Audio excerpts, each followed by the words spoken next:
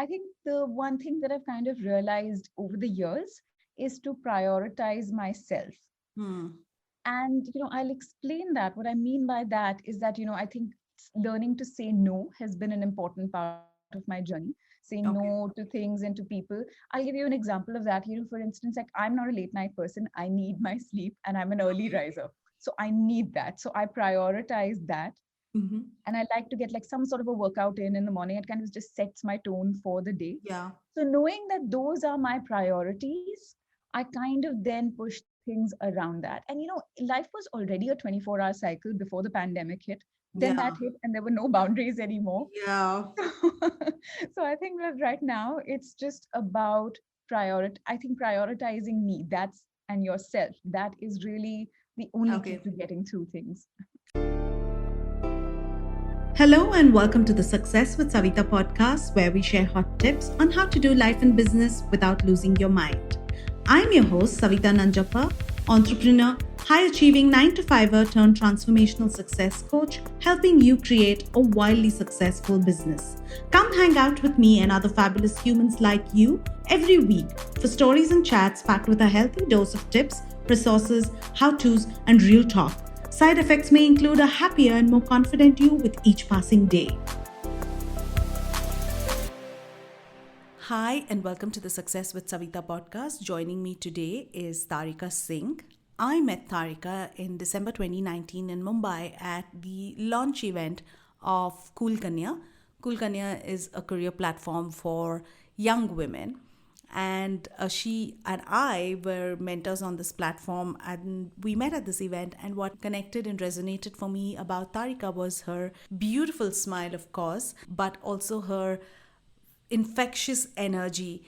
And she was so easy to connect with, she was so easy to talk to.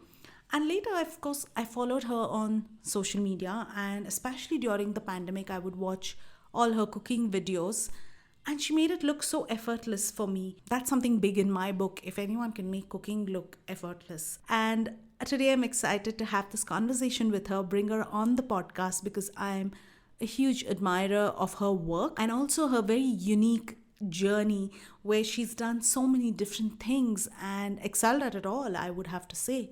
So let me share a little bit about Tarika before we dive into today's. Tarika Singh is a content creator sharing recipe videos every week on the Get Curried channel on YouTube.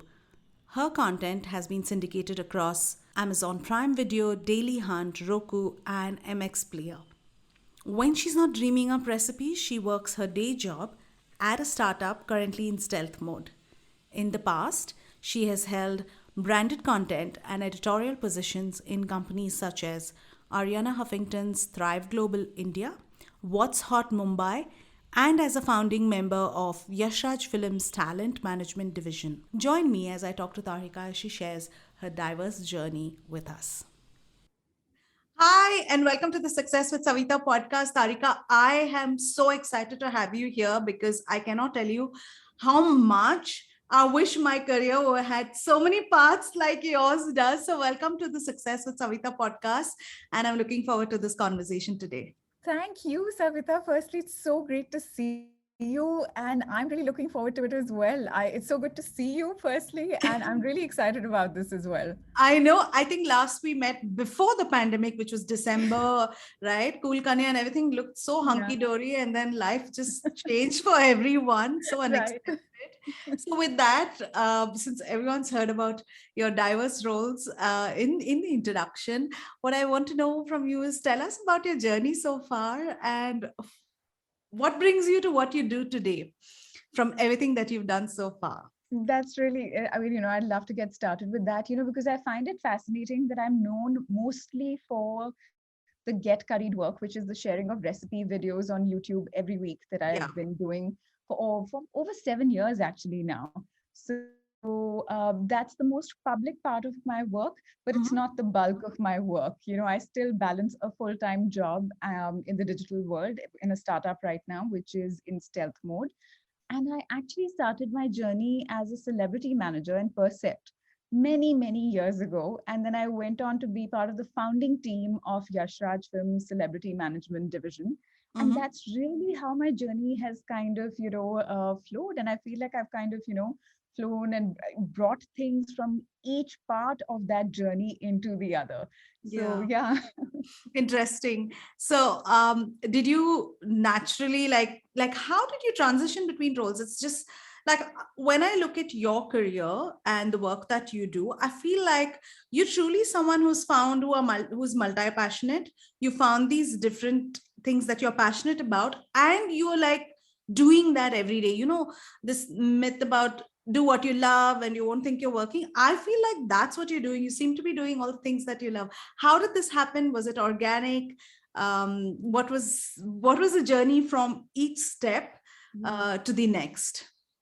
It's very interesting that you asked me that because I fell into my career as a celebrity manager. I watched Jerry Maguire while I was in school, and that profession didn't exist in India at that time. But I watched that movie and I thought, wow, what a cool profession! I want to do this. And I think I just manifested this into my life because when I joined Percept, I was part of a Nokia New Year's Eve event that was happening, and what fell into my lap was to manage the celebrities that were part of it. This was a series of concerts that was Mm-hmm. unfolding in Hong Kong, Mumbai, Berlin, Rio. Yeah, I don't remember if London was part of it. Yeah, and Rio. So that's how it flowed in tandem. And it landed in my lap to manage Nelly Furtado and A.R. Rahman entirely, their entire crew and everything. Can you imagine, Okay. you're an intern and you get to manage Nelly Furtado and A.R. Dream come Rahman. true. Yeah. So and I was like, oh my god, this is the Jerry Maguire life. So that I truly just manifested that. And I kept kind of flowing with that, and that's really the mantra to my life. I just flow with everything. I think I know that today. I didn't know it then. Mm. And I kind of moved on to then becoming part of the first member of the Yash Raj Celebrity Management Division, and it was actually Anushka Sharma who I owe I all was of going my to ask you, did yeah. you So work with Anushka? Because we remember she was part of your church. Okay. yeah, yeah, she still is actually.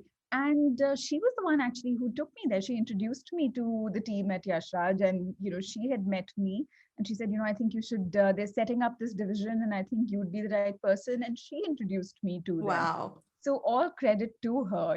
And she introduced me there. I was the first person on board on that team, and Anushka was my first client who had also referred me there, Yeah. and that's how it started. But I think I reached a point where I had been doing that for a while, and honestly, Mm. Sarita, I didn't know what my next step was.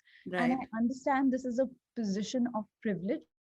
I've always recognized that I had the privilege to leave what I wanted, what I was doing, in Mm. order to figure out what my next step was. Yeah. you Yeah. know Yeah. and I did that for a bit. I took a break, then I started freelancing, and I simultaneously set up my blog, and Okay. that's where the content creator journey started. That was way back in 2013. And then Before yeah, Instagram was a thing, before yeah. all of this. Okay. Yeah, true. Yeah. Okay. And Yeah. then, So it started then in 2013. It started with my blog. And even the blog, in the initial time or the initial couple of months, it was a yeah. little bit of everything, that I was Mm. writing about and all. And then I realized that it was the food and the recipes that started taking shape. It Mm. wasn't necessarily what my audience was responding to, it's what I felt most comfortable sharing, and what I felt was the right medium for me to express myself. So Okay. I had to teach myself photography. Mhm. This is way before TikTok. So, you had to have a DSLR to get the perfect pictures, scale your Yeah. content, reach your audience, all of those things. And this was in 2013. And towards the end of that year, what started happening was that I was getting approached by a bunch of MCNs or multi channel networks. Yeah. And I'm going to tell you something very honestly. I had never ever subscribed to a YouTube video until then. Okay.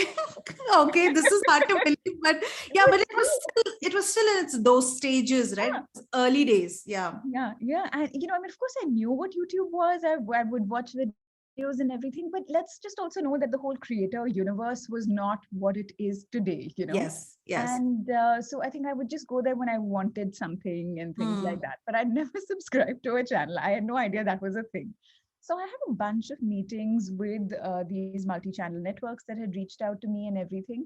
And what I kind of sensed was an opportunity, though I didn't understand video as much, and it was never my plan to do it, right?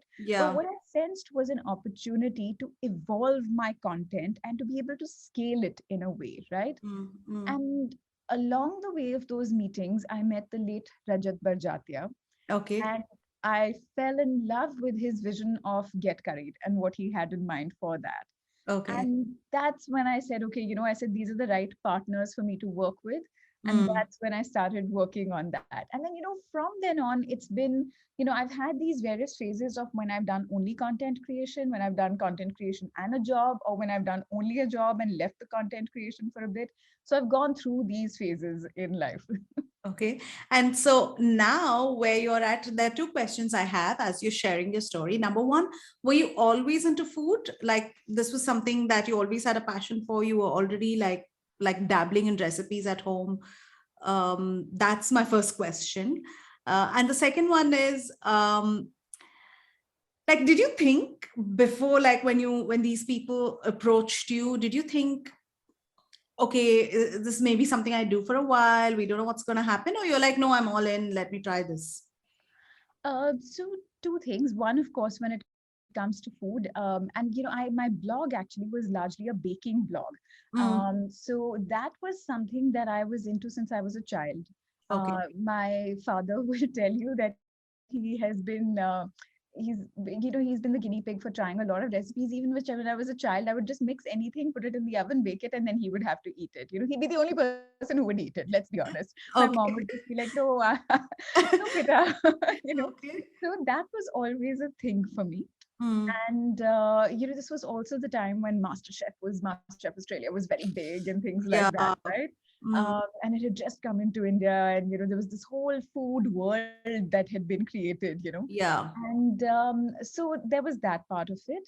And sorry, can you just repeat the second The part of second it? one was when people approached you, did you get into this thinking, okay, chalo, let's try this? Hmm. Or, okay, I'm all in and maybe this could be a career. Let me go all in. Was that like, what was your mindset at that time? Yeah, so I was all in, Mm, but I was never of the thing that, okay, this is all I'm going to do. As a content creator, I'll be very honest, I was very cognizant. And, today the economy is very different, the creator economy. At that yeah. point of time, this was never the only thing that I was relying on. I had a Yeah. blog, I had YouTube work that I was doing. I Mm, was doing a lot of freelance writing for a bunch of websites. And I also would do things like develop recipes for clients and things like that. So I had a hybrid, take classes. So mm, I would teach, so I had a hybrid model of income, okay. and I kind of broke it up in that way. So that's really how I was doing it Okay. then. Okay.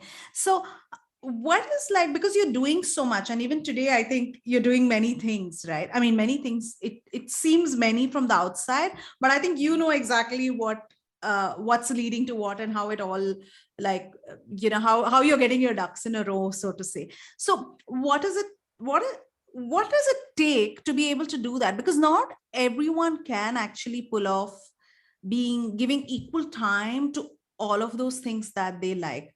Even me, right? For me, I can do one two things, but beyond that everything starts to fall off my plate. So what's your hack, or what's working for you? Like, how do you do it? So, truthfully, I think that one can't do it all. Mm, That's the truth. And yeah. that's okay. Yeah. So, I think the one thing that I've kind of realized over the years is to prioritize myself. Mm, And I'll explain that. What I mean by that is that I think learning to say no has been an important part of my journey. Say no okay. to things and to people. I'll give you an example of that. For instance, like, I'm not a late night person, I need my sleep, and I'm an early Okay. riser, so I need that. So I prioritize that. Hmm. And I like to get like some sort of a workout in the morning. It kind of just sets my tone for the day. Yeah. So knowing that those are my priorities, I kind of then push things around that. And life was already a 24-hour cycle before the pandemic hit. Then that Yeah. hit, and there were no boundaries anymore. Yeah. So I think that right now it's just about I think prioritizing me, that's and yourself. That is really the only key Okay. to getting through things. Okay. So I want to get into your process a little bit. So when you look at like your week or your month or let's say your goals, um, how do you like do you allocate time? Do you batch content? Like what's your process for being able to do the work? So absolutely. So I work a full-time job from Monday to Friday. My Yeah. time when I get off that work is the time that I dedicate to kind of planning things that I want to do. Mm, I'm also all constantly trying to upskill myself. I'm someone who taught myself how to use a DSLR, Photoshop, and Lightroom and things like that. So I'm always looking to up some sort of a skill. So I set aside some time of the day for that. mhm. And I think, when it comes to like, so, and I have my weekend set aside for anything else, which is a passion project, which is where the Yeah. recipes fall in. And I definitely batch produce content. It's one of the things that I've learned over the years works well for me. So that's what I like Yeah. to do. There are times when I have fallen short of the batch, Yeah. Sure. creating Sure. batches of content, and that's okay. But largely, I would say I have like three buckets, which is Mm, ideation and testing, which is a very crucial part of the kind of content that I create, and then the actual creation. So I always have a okay. running list when it comes to ideation of the things I want to do, and I keep Yeah. populating that. And Yeah. the testing is actually the most labor intensive part, because there are Mm, times when I will get it right immediately, and there are mm, times when it'll take me many tests to get things right. And then I okay. also like to plan what the final plating will look like and things like that, and the thumbnail shots and all of those. Yeah. So This. yeah. So and then comes the creation. So that's Yeah. that's really my process. Like what you hear so far? Make sure you never miss a show by clicking the subscribe button now. Stay tuned as we take a quick break, and we'll see you on the other side of the show. Next question to you is I have seen you do this video where you just like casually, it looks casually, of course, put together a quick meal, which was like noodles with vegetables and all of that. Okay. For your, I think your kid was around, like very simply put together. Something like that is spontaneous, or would you have to, or it's become such a part of your process now that you can turn on your camera and you're just good to go. Yeah, so a lot of, some things are definitely very spontaneous, but, there are a lot of things that I'm constantly experimenting with as well, right? So Hmm. I have a physical diary. Huh? My method in that, in the part where I'm testing is very analog for a very digital world in that sense. Yeah. So Okay. I tend to like, write very old school, scratch things Mm, out and everything. And that is always there. Any new idea that comes to my mind, I'm constantly tweaking and all of those things. It's mm. just become second nature now to me. Yeah, I think I need to like shadow you. Like, what's happening, Tarika? How do you do it if I need to break down your content creation process? But I've seen that there are some things that you put together, which is just probably it comes very easily to you. But you've been doing it for 7 years. And Yeah. so my takeaway from everything that you're sharing is one is you're upskilling, so you're learning. And that's something that people need to like constantly keep doing, especially if they're doing YouTube. Now, the second thing is, of course, planning, creating, testing. It's not going to work the first time. It may take you a few days to do it. And over a period of time, you build that experience. And then, so I want to bring this back to YouTube and Amazon Prime, of course. Um, when, like, how is that, like the Amazon, it plays on Amazon Prime, and then you have your own YouTube channel as well. Now, on your YouTube channel, again, the growth I believe has been very organic for you. Is there something that you're doing to build the following? Like, what are your tips to be able to grow on YouTube and then be able to take the show onto a OTT platform? So yeah, I'll tackle the YouTube part of it Yeah. first. I think the most important learning for me over the years has been, and let's be honest, I started YouTube journey in 2014, and Yeah. I think my learning over the years has been, and this is what I advise anyone who asks me for advice, is Mhm. that let's just always remember that we're creating content for people. I Yeah. know there's a search friendly and algorithm part of this, Yeah. but I think it's very important to realize that you're firstly fulfilling the need of the people who are watching you, right? So, Yeah. which is why you would have seen things like how we completely pivoted content during the pandemic, right? Yes. We didn't want to. I had a bunch of videos that were shot, which were studio shot videos, but it Yeah. didn't work match the mood of the moment at that point of time, so we chose not to share those videos, and we shared them over a period of time later when people started getting back outside and Mm. things like that. Yeah. And I would say, one of the first times that I realized this whole thing was when we did this recipe for vegan chocolate cake. And that's when Mm. I understood this balance, because that was a video where there were two of me, so Bollywood style double roles that Yeah. I was doing in that. Okay. And that was the first recipe we did that hit 1 million views, and that's when I realized that Wow. I'm fulfilling a need and keeping things entertaining here. So Mm. that's when I understood that part of it. And I think the next thing would be that, I think a lot of creators tend to get bogged down by analytics. There Yeah. will be the lot that will just look at the analytics and be like, okay, I don't want to look at it. Or there will be those who will be only driven by that. And Mm. I'd say the true success path to that is really the middle path. You've got to trust your instincts. They take time to build, but do that tapping into analytics, but also listen to the comments, listen to the chatter, keep an eye on like what is trending and things like that. So there's Mm. a bit of that as well to kind of, look into Yeah. in that Yeah. sense. Yeah. So I do have a follow-up question, Tarika. When you start YouTube, let's say for someone like me who's not been doing YouTube at all, in Hmm. the early days, would you recommend putting in some time, some number of hours to, I'm not saying X number of hours, but Yeah. would you say putting in the time in the early days is Hmm. a good thing to do? What's your advice for someone who wants to grow their channel for the first year? Absolutely. So, that's a very, very beautiful question, because that's very true. And it's true not just of YouTube, but of anything Any new that you platform. start Yeah. in life in general, right? Yeah. You have to give it that extra time and attention. When you have a baby, that baby will consume you completely till Mm. that becomes a part of your life. YouTube is pretty much like that, right? Okay. Um, so, it's kind of like that. Yes, you should be consumed by it if that's what you want to do. You have to dedicate more time than what you would have otherwise. And I think the other important thing is to find a posting schedule, Mm. posting and creation schedule that works for you. Yeah. Because you are building your audience that is unique to you. So Yeah. I don't think there is a one formula that fits all in that sense, Mm. and I think that that schedule in particular on YouTube is very Yeah. important, because even though we've traditionally moved away from this appointment viewing of television, I still want Yeah. to know that if I follow Nikki Positano and she posts a video every Sunday, I want to know at the back of my head that I can come back to it and that she has posted it. I might Yeah. not watch it right away, but I want to know that Nikki's video is there for me to watch, you Yeah. know? Yeah. Versus me So, yeah. showing up and not finding it there, and then you lose track, and then that's it, right? The audience never comes Yeah. back. Yeah. Absolutely. Yeah. Okay. Yeah, great advice. So you're saying stick to a schedule. That's good. I'm going to like planning to focus on YouTube as Mhm. is, I mean, I would be focusing on Instagram. I'm trying to free up time. So 2022, the next 2 months in 2022 is about that. So that's why I'm picking your brain so much about YouTube. But yeah, I mean, even to our audience, everyone is focusing on social media, everyone's selling on social media. So this is really useful advice. Now, my next question is around OTT platforms, right? Of course, it's my I look at all these people flipping show, house flipping show, selling sunset show. And I'm like, hey, why isn't there like, why can't I get a Netflix coaching show, right?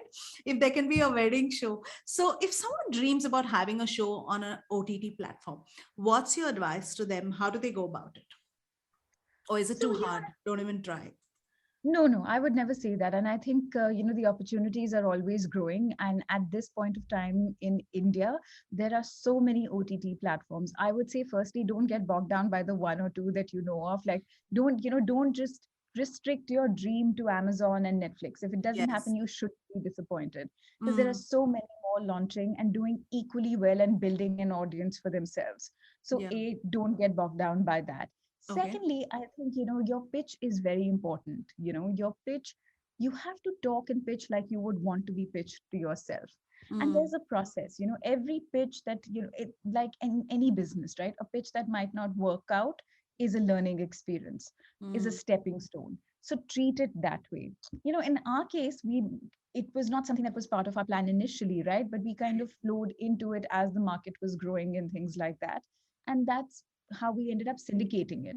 Mm. You could have other formats of content where you've created an original also. So Yeah. there are various formats. Know those formats, know what those businesses are like, and then dive into it and make your pitch according to that. Okay. And how would you say it for someone who is does not have a contact? Would you say just relentlessly just follow up, make cold pitches, do outreach? This is the mantra to my life, and anything that I do with work is that I have always done this. Even Okay. before there was a LinkedIn, I have extensively hounded people, found them, sought them out. And I love that part of life, where you're kind of cold calling, reaching out to people. Really? Yeah, yeah, absolutely. I've done it right through my career for every little thing that I've done in different aspects of my life, right? And it's Yeah. I've met very interesting people that way, and so many of them have just like liked that approach, more than anything else. Wow. So Yeah. yeah, I've become friends with some of them and things like that. So Nice. it's interesting. So I would say do it. I mean, it's like anything else that you want to chase. Make that Yeah. your focus. So I would say, get onto LinkedIn, find them on Instagram, and reach out to them. Correct. I mean, I'm loving what you're saying. Actually, thank you so much for sharing that because this is something that I tell when I'm working with clients and workshops. They're like, just put yourself out there. What's the worst that can happen? It's the same, right? If it's a no or no response, it's anyway, you're not even trying. And then you get the most unexpected responses from people that you never thought would respond. So yeah, I think today what I'm learning from you is just do it, put yourself out there.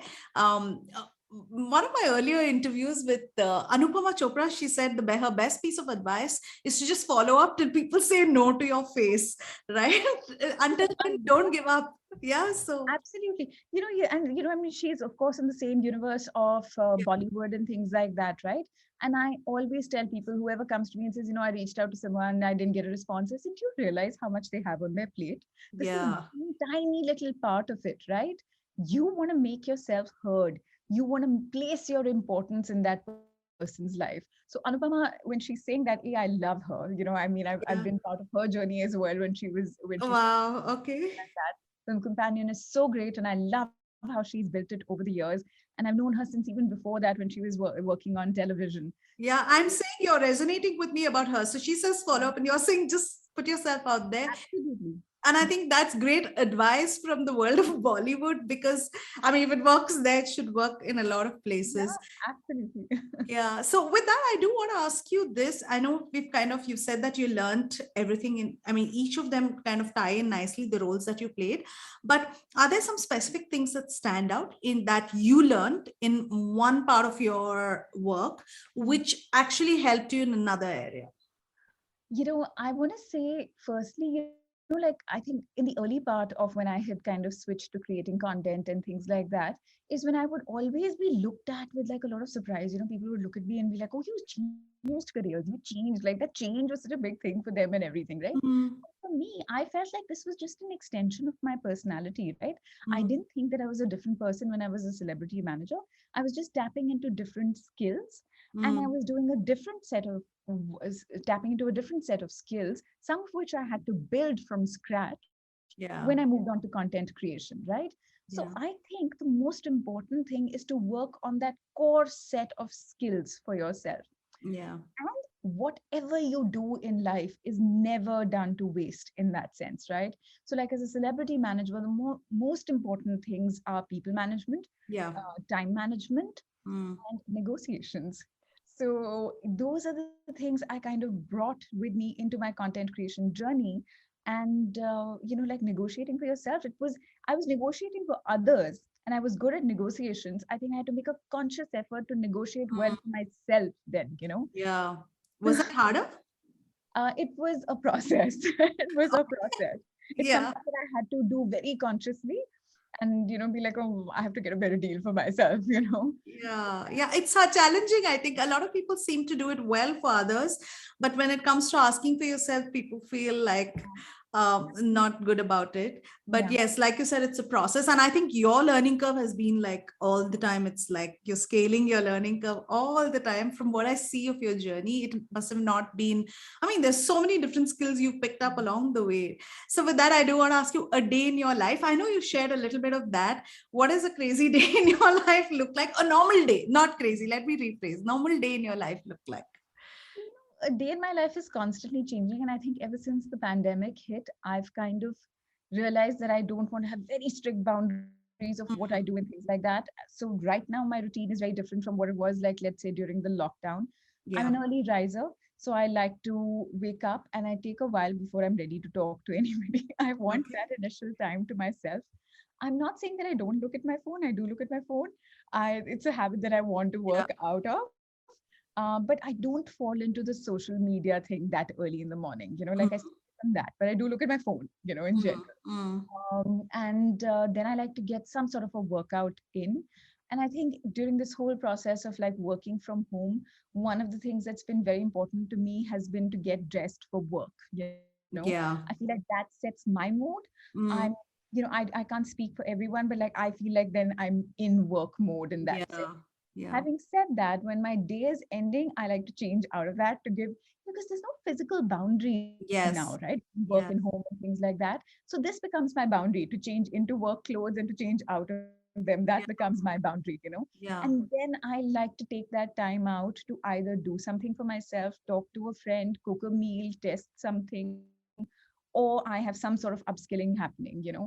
And that's really what I mean, there are things that fall out of my to do's as well. I feel like I'm reading lesser than I used to earlier.